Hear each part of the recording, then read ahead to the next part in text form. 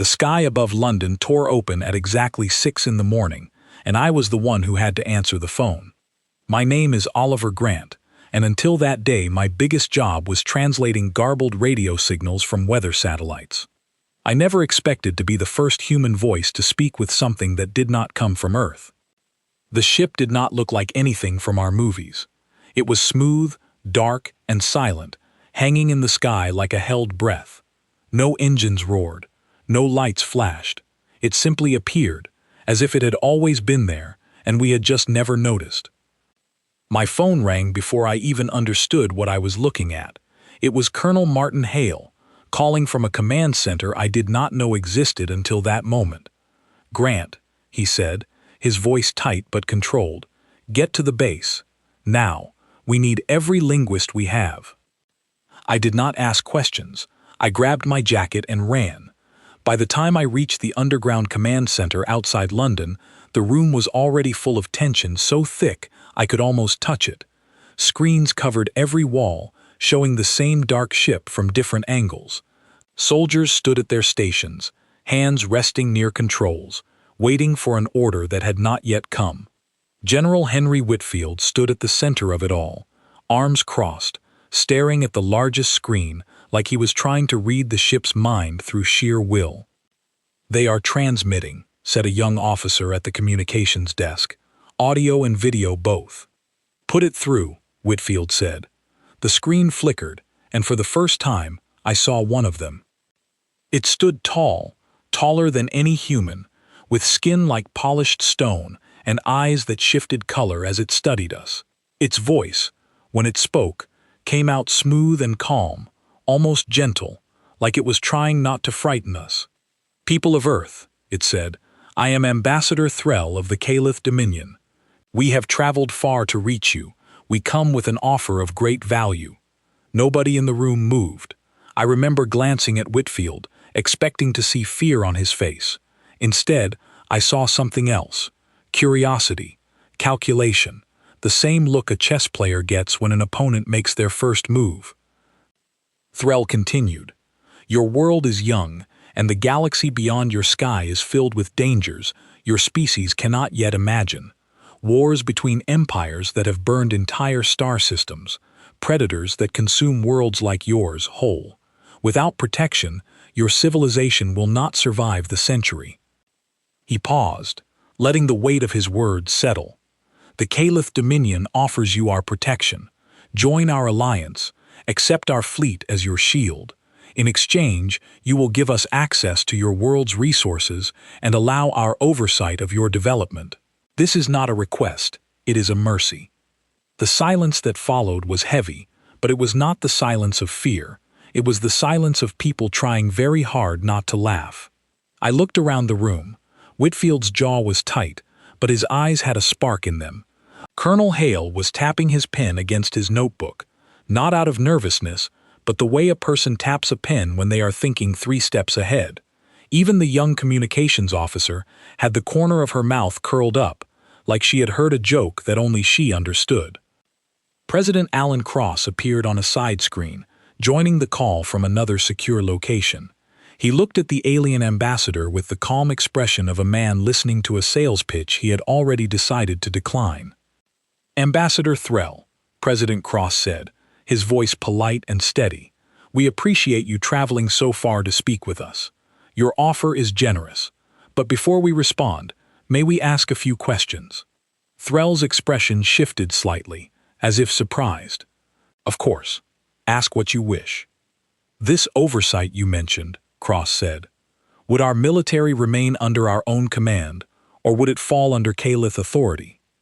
"All planetary defense would be coordinated through our command structure," Threll answered.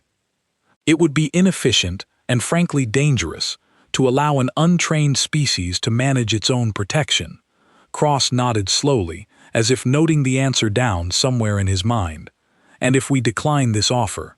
Threll's eyes flickered, colors shifting from calm blue to a sharper shade. "Then you remain vulnerable, unprotected. History has shown us what happens to worlds who refuse partnership with the Dominion. It is not a fate I would wish upon your people." There it was. Not quite a threat, but close enough that everyone in the room heard it clearly. I expected panic. I expected someone to shout, to argue, to beg for time. Instead, General Whitfield stepped forward, his hands still crossed behind his back, and spoke in a voice as calm as a summer afternoon. "Ambassador Threll, on behalf of the people of Earth, we thank you for your offer. We will need time to discuss this among our nations. Such an important decision cannot be made in haste." Threll studied him for a long moment, those shifting eyes narrowing slightly, as if trying to detect fear beneath the calm words and finding none. "Very well," he said finally. "We will allow you time, but do not mistake our patience for weakness. The offer will not remain open forever." The screen went dark, and the ship above London simply faded from view, the same way it had appeared, silent and sudden. For a moment, nobody in the command center spoke. Then, quietly, Colonel Hale chuckled. "Did anyone else notice," he said, "that they think we are supposed to be scared?"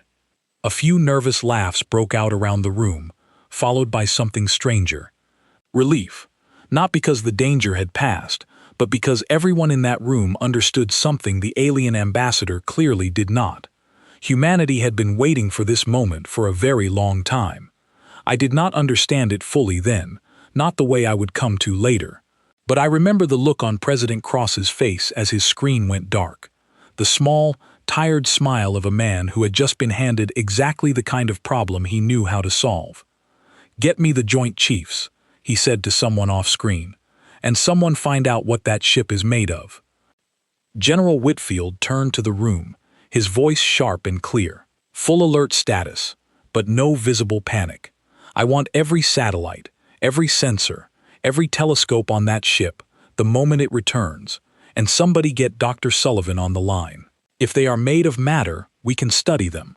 I stood there, phone still in my hand, and realized my simple job translating weather signals had just become something else entirely. Colonel Hale caught my eye and waved me over. "Grant, you speak 6 languages and you have a good ear. I want you reviewing every second of that transmission. Tone, word choice, hesitation. I want to know what they are not telling us."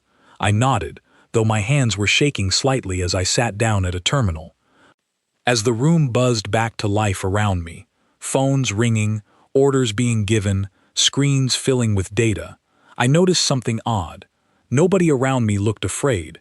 They looked like they were getting ready for a very old test, one they had studied for their entire lives without knowing the exam date.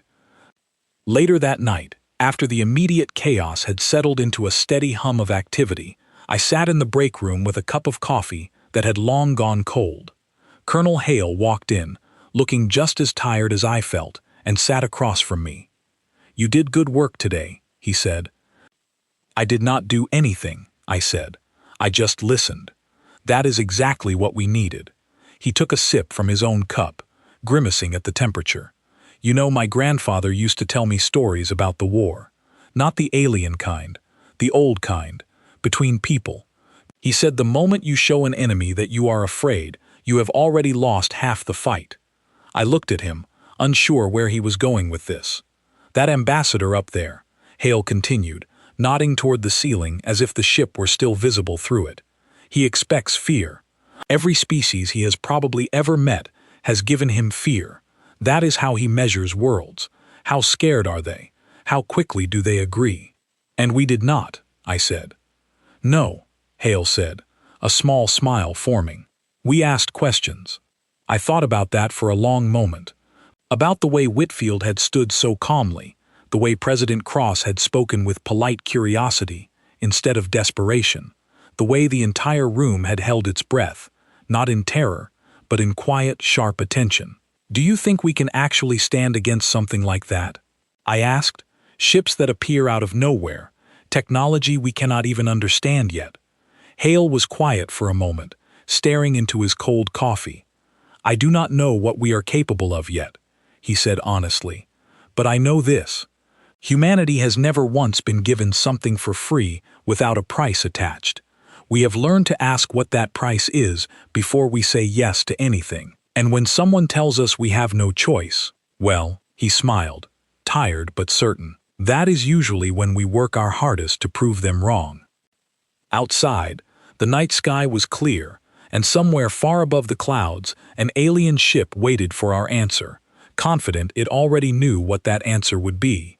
I finished my coffee, cold as it was, and went back to my terminal to keep listening. Whatever was coming, I had a feeling we were only getting started. 3 days after Ambassador Threll's first message, the sky over the Pacific Ocean lit up with a light brighter than the sun. I was in the command center when it happened, sitting beside Colonel Hale, watching a live feed from a research vessel stationed near the demonstration zone. The Caliph had requested an open area of ocean, far from any coastline, claiming they wished to show us something that would help us understand the scale of what we were dealing with. None of us expected what came next. A single beam, thin as a thread but blinding white, shot down from the dark shape of a Caliph ship, hovering in low orbit. It struck an asteroid that had been towed into position days earlier, a rock roughly the size of a small mountain. For a moment, nothing happened. Then the asteroid simply came apart, not in an explosion, but as if some invisible hand had taken it and pulled it into 1,000 pieces, each one glowing faintly before dissolving into dust. The room went silent. Even Hale, who I had come to think of as unshakable, let out a low breath. "That is not physics I recognize," said Dr. Grace Sullivan, our lead physicist, from her station a few seats away. Her eyes were locked on the readings scrolling across her screen. Whatever that beam is, it broke molecular bonds without releasing heat. No radiation spike. No debris trail. That should not be possible. "Should not be," Hale muttered. "And yet." On the main screen, Ambassador Threll appeared again, his expression calm, almost gentle, as if he had just shown us a kind gift, rather than a demonstration of destruction. "This is only a fraction of what our fleet is capable of," he said. "We do not wish to frighten you. We wish for you to understand the scale of protection we offer. No threat in this galaxy could stand against such power. Under our shield, your world would never again fear invasion, disaster, or attack from beyond your sky." President Cross, joining from his secure line, thanked the ambassador politely, promising a response would come soon. The screen went dark once more, and the Caliph ship rose higher into orbit, waiting. I expected the room to fall into fear after that. Instead, something strange happened. Dr. Sullivan was already typing furiously, pulling up frame-by-frame footage of the beam's effect on the asteroid. "Look at this," she said, waving over a small group of scientists who had gathered around her screen. "The dissolution pattern. It is not random. There is a rhythm to it, almost like a frequency. You think you can reverse engineer that from a video?" Hale asked, leaning over her shoulder. "I do not know yet," she said, "but I would rather try and fail than not try at all." Across the room, I noticed something else. 2 young engineers, barely out of university from what I had heard, were huddled around a laptop, replaying the footage in slow motion, arguing quietly about wave harmonics and energy dispersal. Neither of them looked afraid. They looked excited, the way people look when they have just been handed a puzzle worth solving.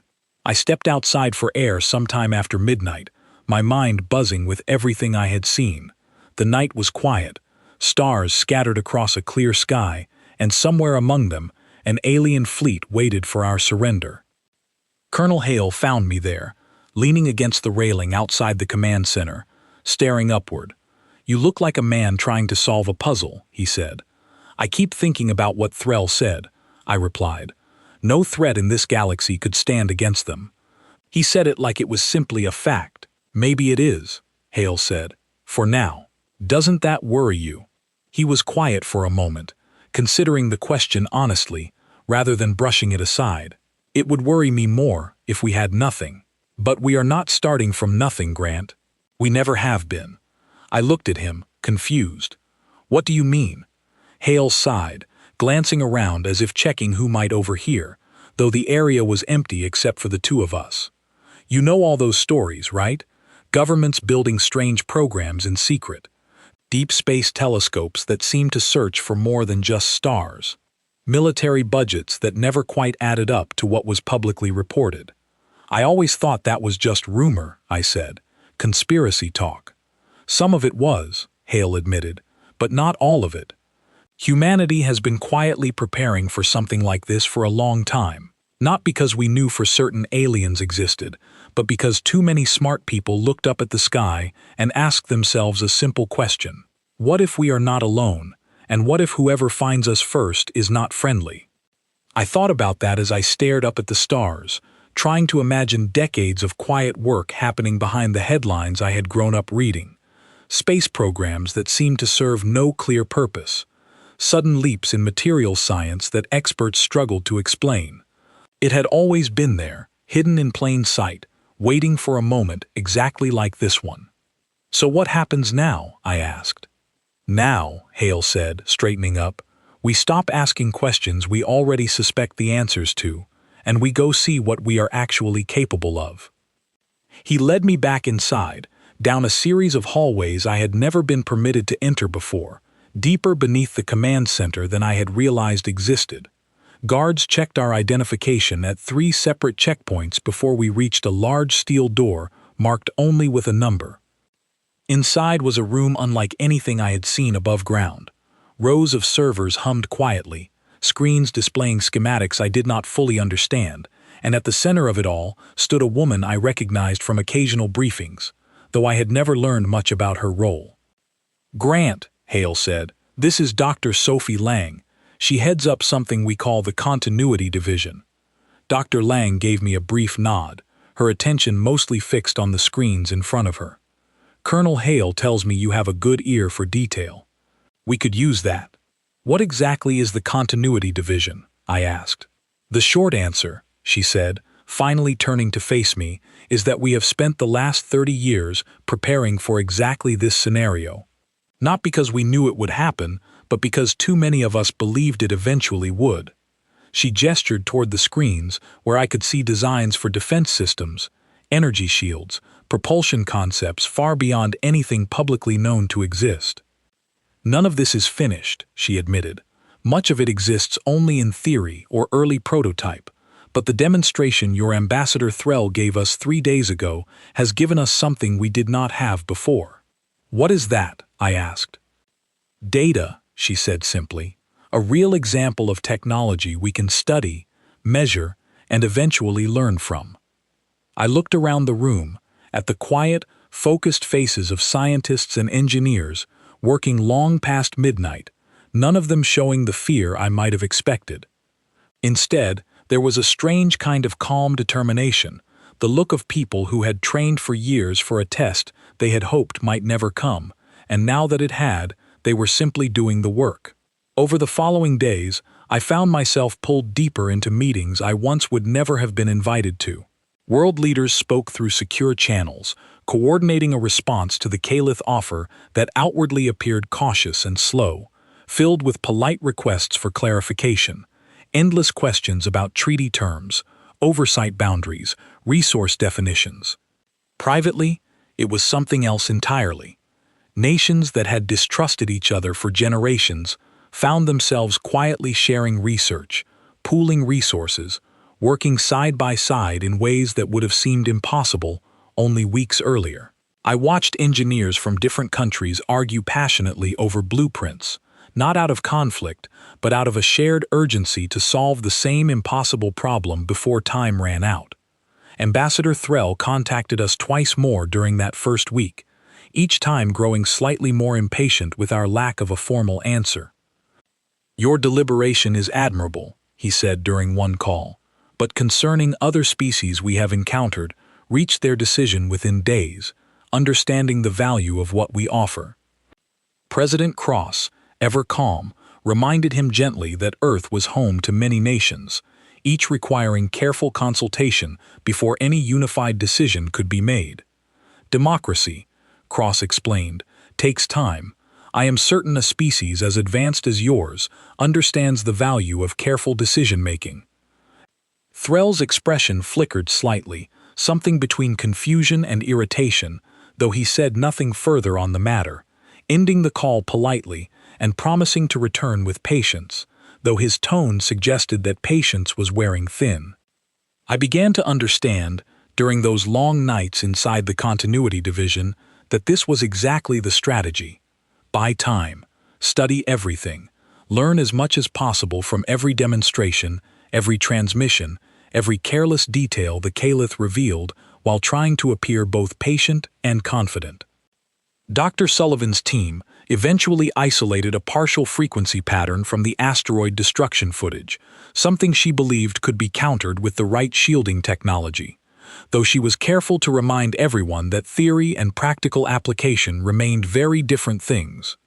"We are still years away from matching their capability directly," she admitted during one late briefing. "Then we do not need to match it directly," Dr. Lang replied. "We only need to survive long enough to understand it fully." I remember sitting in the back of that meeting, exhausted, my mind swimming with information I barely understood, and thinking about something Colonel Hale had said to me that first night outside the command center. Humanity had never been given anything for free, and we had learned, generation after generation, hardship after hardship, to prepare quietly for threats long before they ever arrived at our door. The Caliph believed they were offering salvation to a fragile, unprepared species. What they did not yet understand was that humanity had spent its entire history preparing for exactly this moment, even without knowing precisely what shape the danger would take. And now that the danger had finally arrived, wearing the calm, confident face of an ambassador who expected quiet submission, humanity was doing something far more dangerous than panicking. We were paying very close attention. 2 weeks into the negotiations, I stopped sleeping in my own apartment entirely. A small cot in the corner of the continuity division had become my bed, and cold coffee had become my primary source of nutrition. Nobody complained about the hours. There was too much to do, and too little time to do it in. Ambassador Threll's patience, as Colonel Hale had predicted, was beginning to wear thin.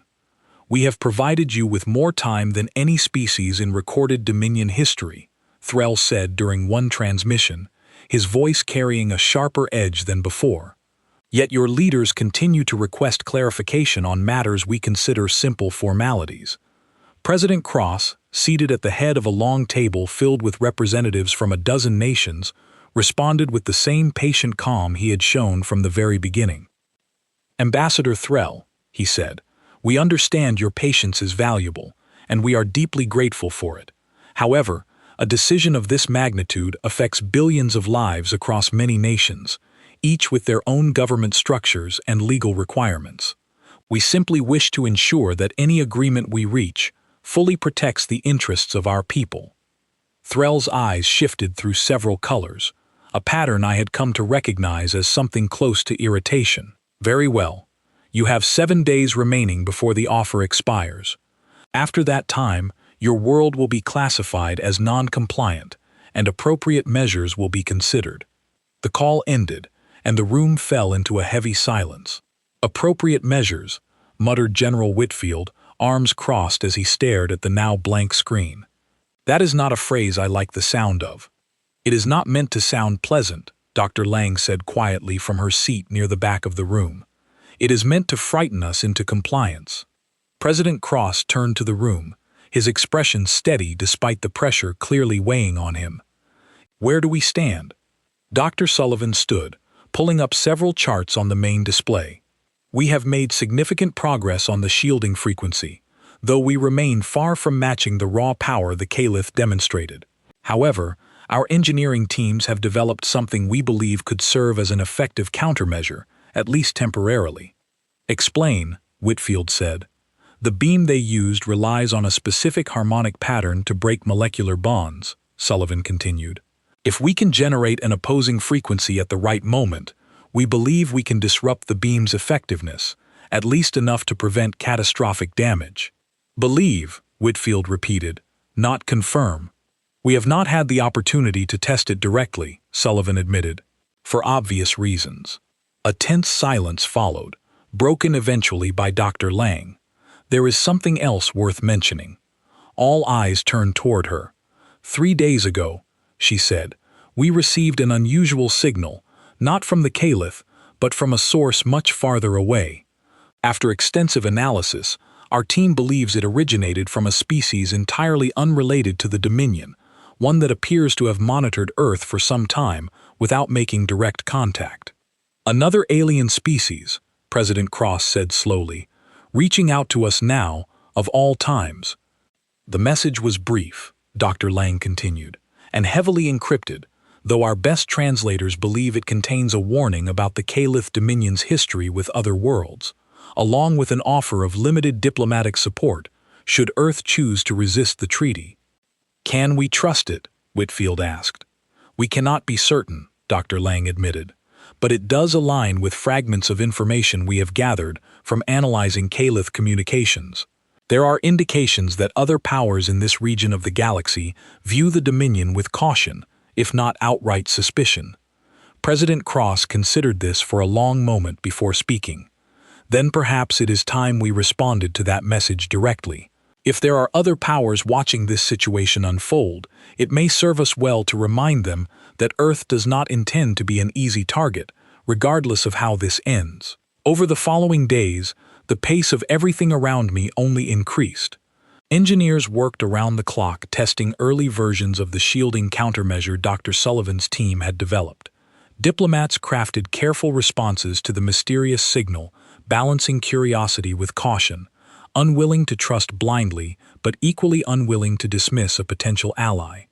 I found myself assigned to a small team tasked with monitoring Caliph communications for any hint of weakness or uncertainty within their ranks.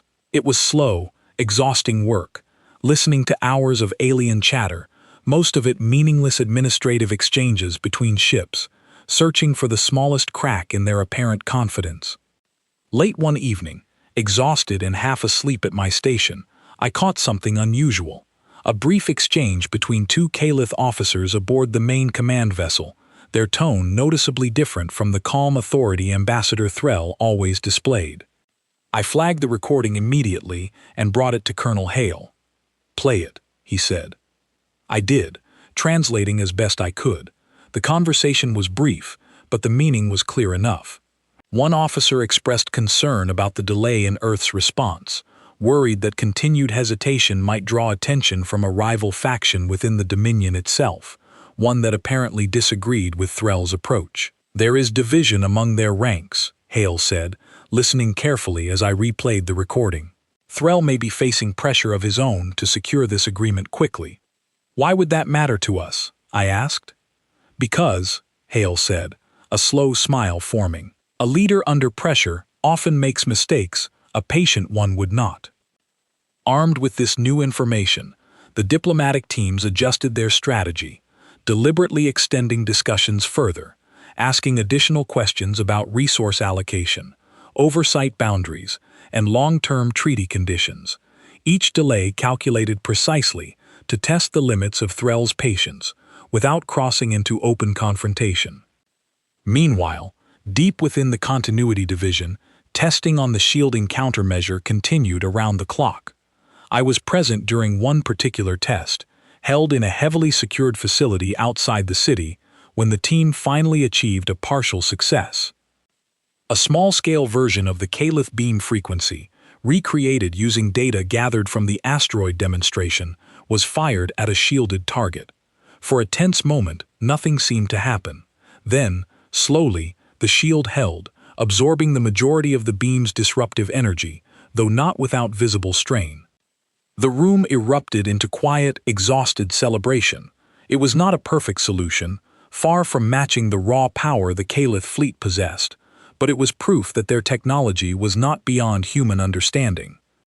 "This buys us time," Dr. Sullivan said, wiping sweat from her brow despite the cool air of the testing facility. "Not victory, but time.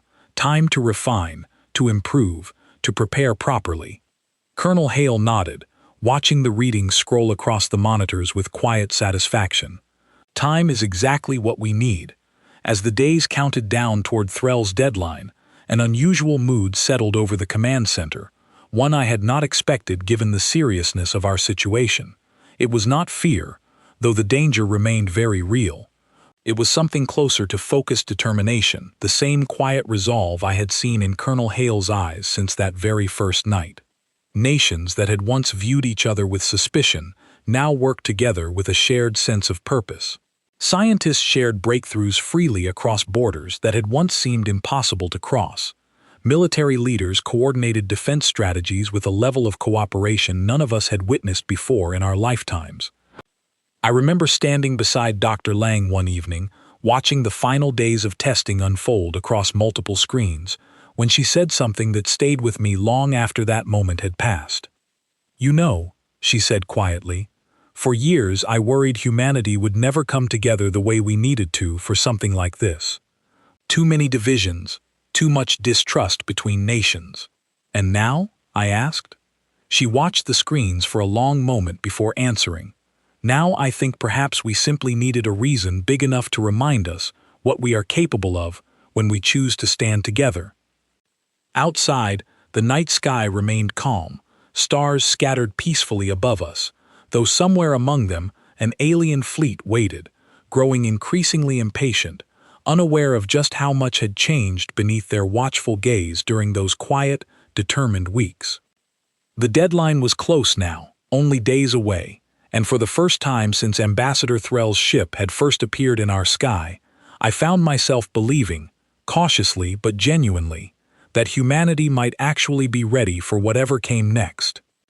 The final day arrived under a sky so clear it felt almost mocking, as if the universe itself wanted a perfect view of what was about to happen.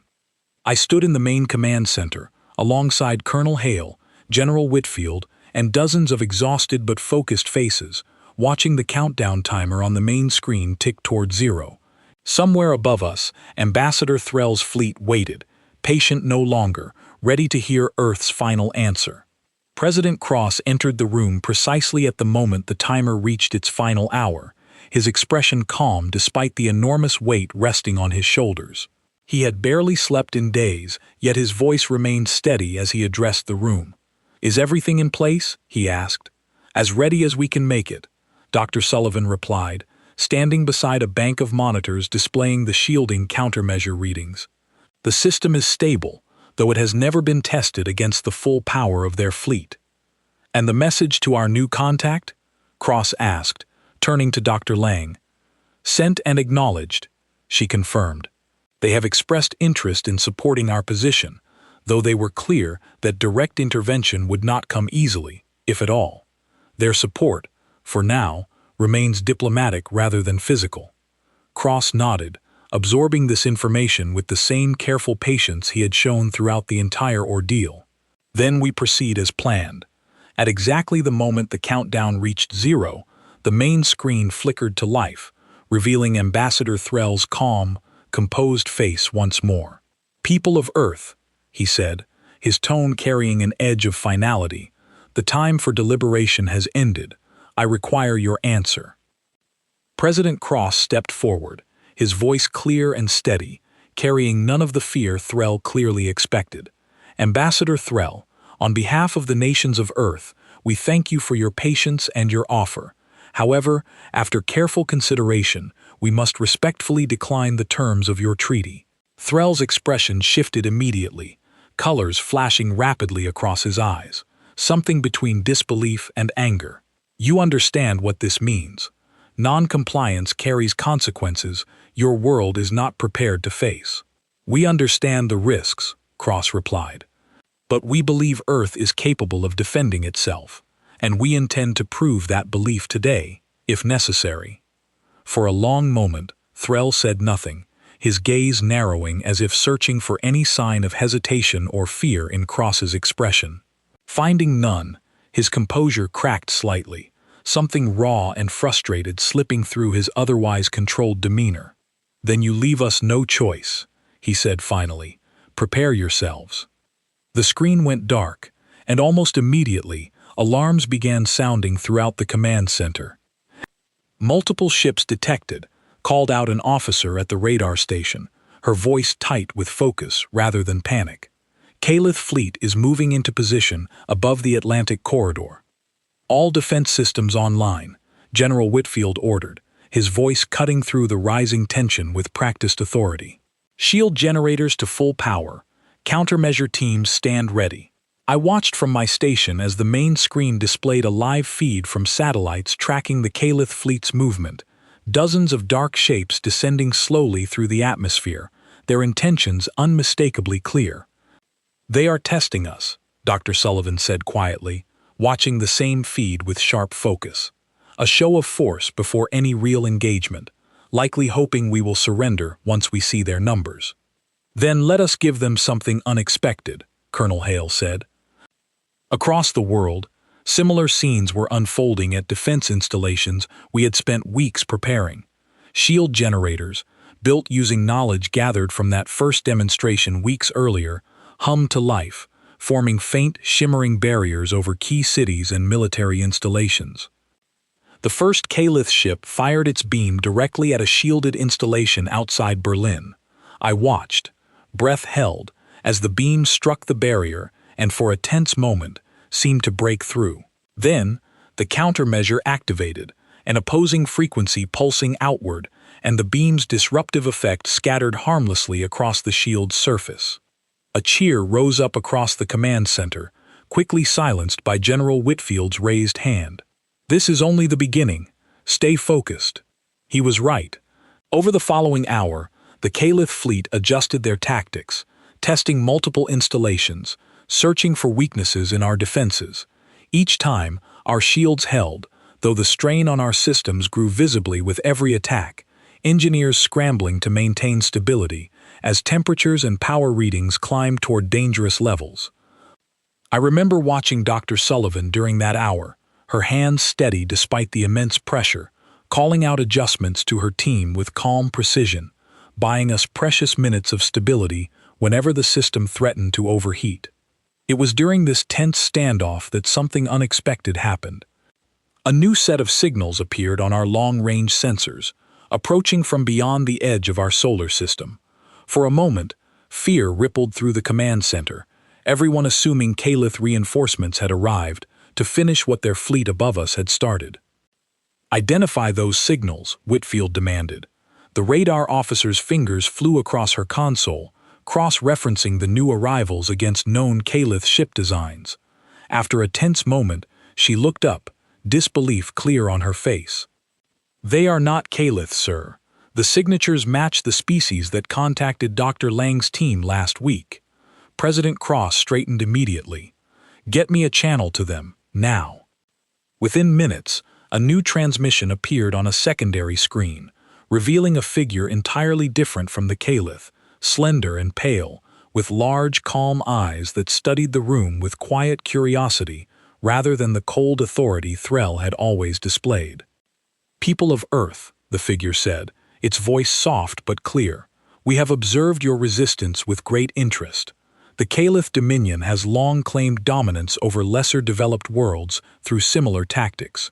Few have resisted as firmly as you have today." "Are you here to help us?" Cross asked directly. "We are here to observe, and to offer limited support through diplomatic channels, with other regional powers who share our concerns about Dominion expansion," the figure replied. "Direct military intervention is not within our current capability, but our presence here, and our willingness to be seen supporting your position, may discourage further escalation from the Calith fleet." Above the Atlantic, almost as if responding directly to this new development, the Calith fleet's aggressive maneuvers began to slow, ships repositioning with visible hesitation. "They have noticed the new arrivals," Dr. Sullivan observed, watching the readings shift on her screen. "Their attack pattern is becoming less coordinated." Ambassador Threll's face reappeared on the main screen moments later, his composure clearly shaken, colors flashing rapidly across his eyes. "This changes nothing," he said, though his voice lacked the confidence it once carried. "Our fleet remains more than capable of subduing your defenses." "Perhaps," President Cross replied evenly, "but at what cost? Your fleet has spent the last hour testing our defenses without breaking through a single shield, and now it appears you have an audience watching how this ends." A long, tense silence stretched between them, broken finally by Threll himself, his tone shifting from anger towards something closer to calculated retreat. The Dominion does not waste resources on conflicts with uncertain outcomes, he said stiffly. We will withdraw our fleet for now, but this matter is far from finished. Your world's continued defiance will be noted. The screen went dark one final time, and slowly, across every monitor in the command center, we watched the Calith fleet begin its retreat, ships rising back toward orbit and disappearing beyond the edge of our sensors. For a long moment, nobody in the room spoke, the tension of the past hour slowly draining away, replaced by exhausted, disbelieving relief. Then, quietly at first, but growing steadily louder, cheers erupted throughout the command center, engineers embracing each other, soldiers letting out breaths they had clearly been holding for far too long. I remember Colonel Hale turning to me, his exhaustion evident, but his eyes bright with something close to pride. We did it, Grant. For now, I said, still cautious despite the relief flooding through me. For now, he agreed, but that is always how it starts. Across the room, General Whitfield addressed the team, his voice carrying clearly despite the noise. Excellent work, everyone, but do not become complacent. Threll's warning was clear. This is not over. I looked around the room, at the exhausted, relieved faces of people who had, against overwhelming odds, stood their ground against a force that had expected nothing but fear and immediate surrender. For the first time since that dark ship had first appeared above London weeks earlier, I allowed myself a small, tired smile. Humanity had been tested, and though the true fight likely still lay somewhere ahead of us, today, at least, we had proven something important, not just to the Calith Dominion, but to ourselves. We were not the fragile, unprepared species Threll had assumed us to be. We were something far more stubborn, far more capable, and far more dangerous than any of them had expected. 6 months passed before Ambassador Threll's fleet returned to Earth's sky, and this time they did not come demanding surrender. I stood on the observation deck of the newly built orbital station, a project that would have seemed impossible only a year earlier, watching the same dark ship that had once terrified an entire world approach with a very different intention. So much had changed since that first tense standoff above the Atlantic. The countermeasure technology Dr. Sullivan's team had developed under enormous pressure had since been refined into something far more stable, deployed not just as emergency shielding, but as the foundation for an entirely new branch of defense technology. Nations that had once guarded their research jealously now shared breakthroughs openly, united by a purpose none of us could have imagined before the Calith arrived. Colonel Hale, now promoted to general himself, stood beside me on the observation deck, watching the approaching ship with far less tension than either of us had felt during our first encounter. "Do you think they are here for another round?" I asked. "I think," Hale said, considering the question carefully, "they are here because they no longer have a choice." He was right, as I would soon learn. Word had spread through diplomatic channels established with our new allies, the slender, pale species who called themselves the Velothi, that the Calith Dominion's authority within their own territory had weakened considerably following their failed attempt to subdue Earth. Other worlds, previously too intimidated to resist Dominion demands, had begun quietly pushing back against Calith oversight, inspired by humanity's example. An empire built on fear does not survive long once that fear disappears, Dr. Lang had explained to me weeks earlier during one of our regular briefings. Threll's failure here created a crack in their authority. Cracks like that tend to spread. The Calith ship docked at the station's designated meeting point, and shortly after, Ambassador Threll himself stepped through the airlock, accompanied by a small, notably reduced escort compared to his previous visits. President Cross greeted him personally, his expression polite but carrying none of the cautious uncertainty from their earlier encounters. "Ambassador Threll," Cross said, extending a hand in the human gesture of greeting, which Threll regarded briefly before accepting it with visible discomfort. "Welcome back to Earth." "President Cross," Threll replied, his voice noticeably more measured than before. The Dominion wishes to discuss a revised arrangement between our peoples. We are certainly willing to listen, Cross said, gesturing toward a nearby conference room prepared specifically for this meeting. Though I should clarify, any future arrangement will need to reflect Earth's position as an equal partner, not a protected subject. Threll's composure flickered slightly at those words, though he offered no immediate objection, following Cross into the conference room with his escort trailing quietly behind him. I was not present for the detailed negotiations that followed, my role in these matters having shifted considerably since those early, chaotic days. Instead, I waited outside with General Whitfield, now overseeing Earth's expanded defense coordination, and Dr. Sullivan, whose team had continued making remarkable progress studying Calith technology captured and studied following their retreat months earlier. "You look tired," Whitfield observed, glancing toward me with something close to sympathy. "We all look tired," I replied. "I do not think any of us have truly rested since this began." "No," he agreed, a small wry smile forming, "but we are still standing. That counts for something." Hours later, the conference room doors finally opened and President Cross emerged, looking exhausted but satisfied, followed closely by Ambassador Threll, whose expression remained carefully neutral, though something in his posture suggested quiet acceptance rather than lingering resentment. "We have reached an agreement," Cross announced to those of us waiting outside. "The Calith Dominion will recognize Earth's sovereignty and withdraw all previous claims of oversight. In exchange, we have agreed to limited diplomatic and trade relations, structured as equals rather than as protector and protected." A quiet murmur of relief passed through those gathered, though nobody celebrated too loudly, well aware that true peace, especially with a power as vast as the Dominion, would require continued vigilance rather than blind trust.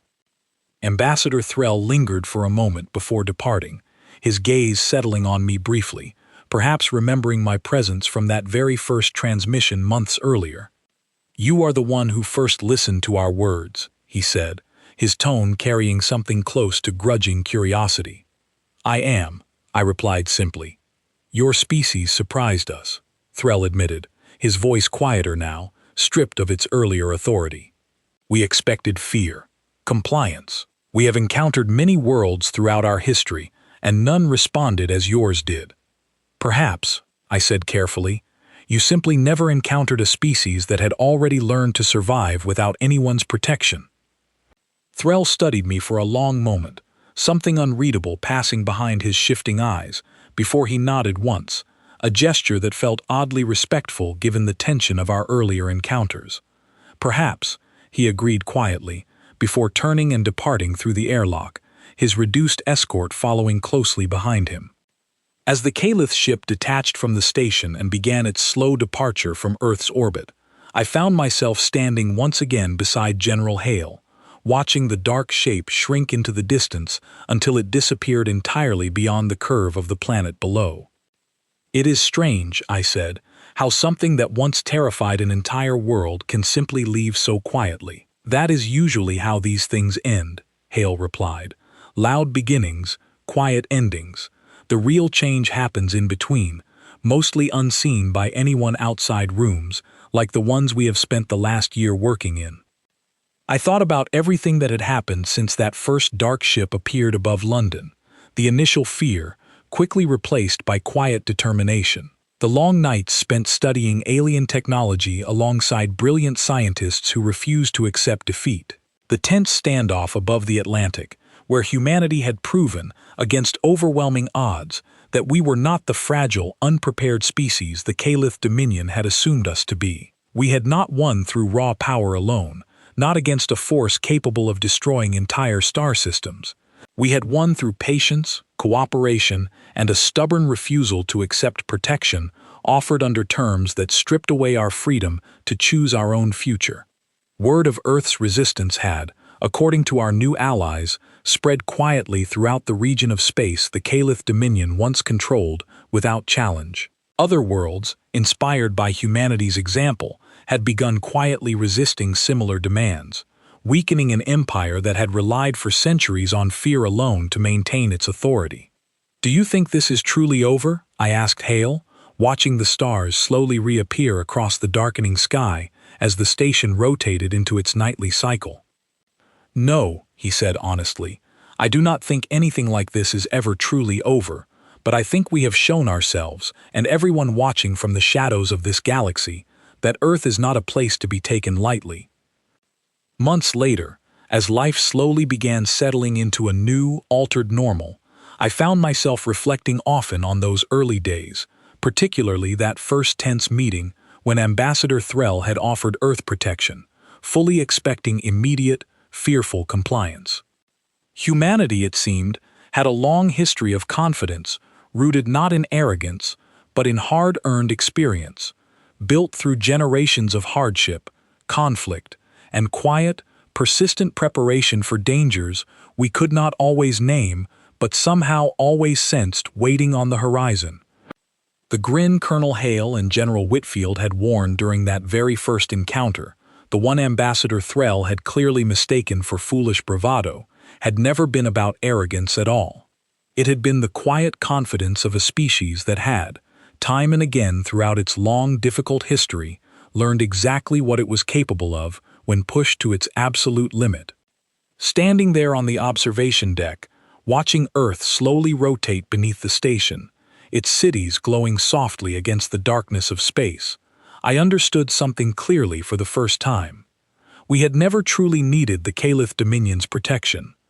We had simply needed the opportunity to prove, to ourselves as much as to anyone watching from beyond our sky, that we never had. Dr. Lang joined us on the observation deck sometime later, carrying a small tray with 3 cups of coffee, a rare comfort given how far we now were from Earth's surface. "To new beginnings," she said, handing us each a cup. "To stubbornness," Hale corrected, raising his cup with a tired but genuine smile.